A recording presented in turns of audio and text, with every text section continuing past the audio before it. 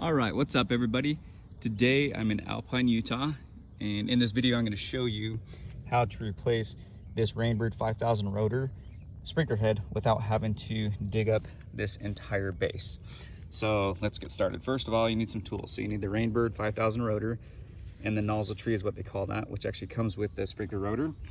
You need a little hand shovel, a Rainbird key or a flathead screwdriver, and a pair of channel locks, just in case if this head is too tight to twist off, use the channel locks to undo that. So here we go. So I've already taken this little shovel here and dug around the base.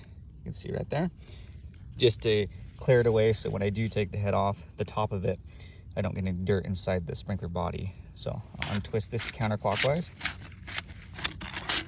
pull this old top out that wasn't rotating anymore, throw it away. I got this new head here with the sprinkler body. Like I said, we're leaving this sprinkler body inside the ground there so you don't have to dig that up.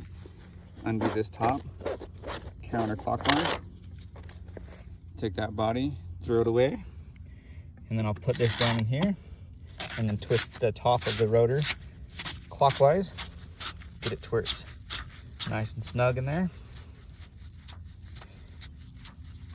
And that's how you install that. So I've already got this nozzle put in there. I'll do another video and show you how to put the nozzle inside this Rainbird 5000 rotor.